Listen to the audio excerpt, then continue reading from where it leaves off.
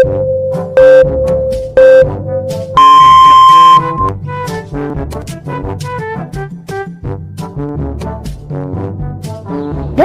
tengok air kolam tu berkilat lah. Cantik sangat.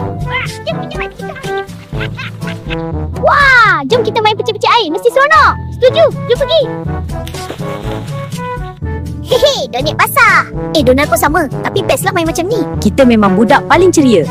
Donald, kenapa anak katak tu muram je? Jom kita tanya.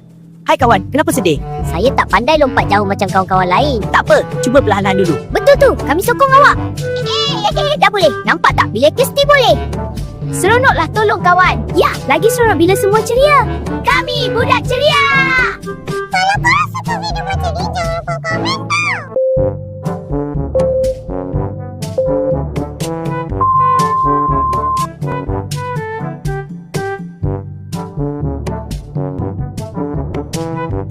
Donit, jom kita berseronok hari ni. Jom, budak ceria. Siapa sampai daun teratai dulu? Saya tak tahu, budak. Hati-hati. Tak apa, kita main perlahan sikit.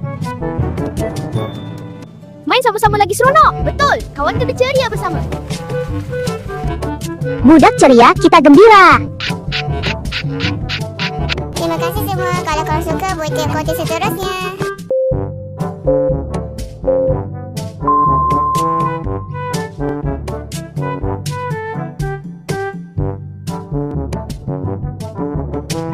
Wah, pagi ni cantiknya. Betul, hari ni kita mesti ceria.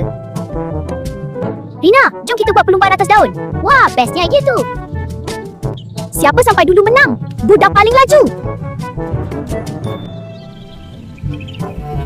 Hahaha, lukunya. Walaupun tak menang, saya tetap gembira. Sebab kita main sama-sama. Kalau korang nak video macam ni, jangan lupa komen tau. Bye.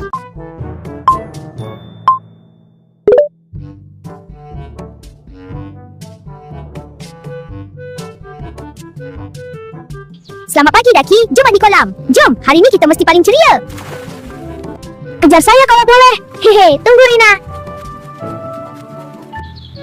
Hampir jatuh. Hati-hati Daki, Rina tolong. Terima kasih Rina. Sama-sama, kawan mesti tolong kawan. Budak ceria.